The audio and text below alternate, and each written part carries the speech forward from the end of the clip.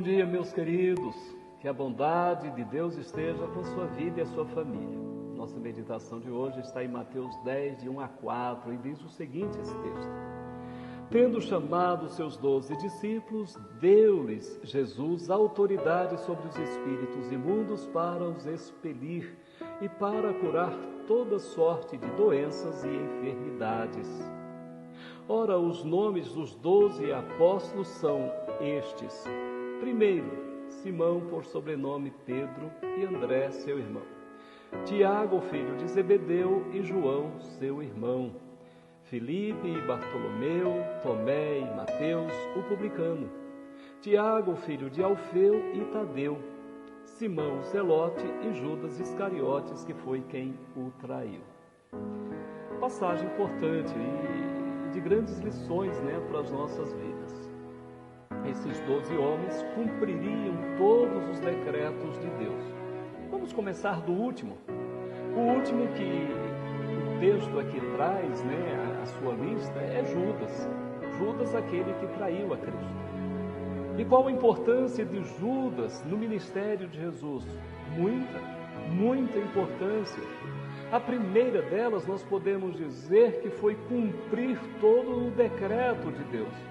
Havia um que deveria trair, um homem ímpio, um homem mau, um homem que não temia a Deus, um homem que teve oportunidade para mudar sua história, pois ele também tinha autoridade para expelir os demônios e para curar toda sorte de enfermidade. Se ele, Judas, teve este poder, esta autoridade para expelir os demônios, ele poderia ter expelido os seus próprios demônios, mas ele teve oportunidade, mas não quis. Ele rejeitou, cumprindo assim os decretos de Deus. Ele preferiu trair Jesus, ele preferiu continuar amando o dinheiro, gostando do dinheiro, querendo o dinheiro. E segundo um dos evangelistas, ele era o tesoureiro, aquelas ofertas que as pessoas davam para a manutenção de Jesus, ele passava a mão em alguma coisa. Ele gostava disso, ele foi traído pela própria ganância, pela própria avareza. O seu Deus, na verdade, era o dinheiro. E ele assim cumpre aquilo que os profetas já haviam dito, que ele, Jesus, seria traído. E traído por alguém próximo, por um amigo. E Judas então cumpre os decretos de Deus. Judas teve oportunidade para mudar a sua história, mas não quis. Nós temos, por exemplo, os demais, que cumprem também os decretos de Cristo, os decretos de Deus.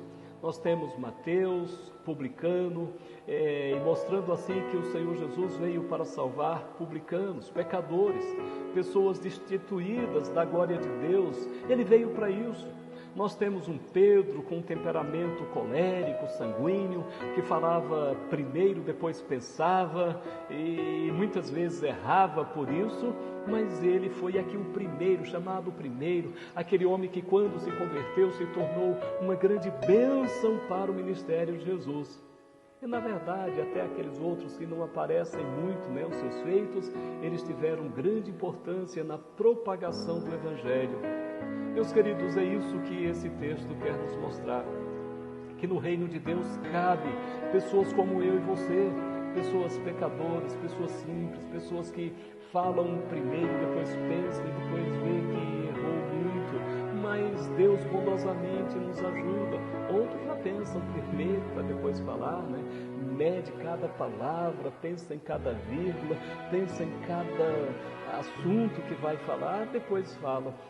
Mas outros não, outros falam primeiro, depois veem que, poxa vida, eu devia ter pensado primeiro, depois deveria ter falado de outra maneira. Na verdade, esses homens foram importantes no ministério de Cristo. Foram eles os que organizaram a igreja, fundaram a igreja fundamentada na doutrina dos apóstolos, é o que a própria palavra diz. A igreja foi estruturada, foi abençoada, fortalecida pelos escritos destes homens.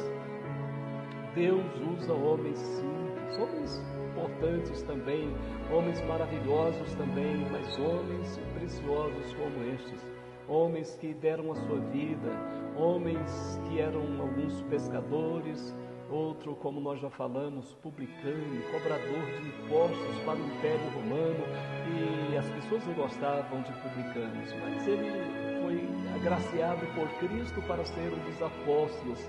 E assim outros, por exemplo, nós temos Simão Zelote, um homem que veio de uma religião extremista, mas o Senhor o transforma também, muda a sua história.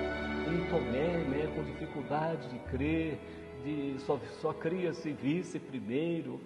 Creio eu que depois ele mudou essa sua postura também.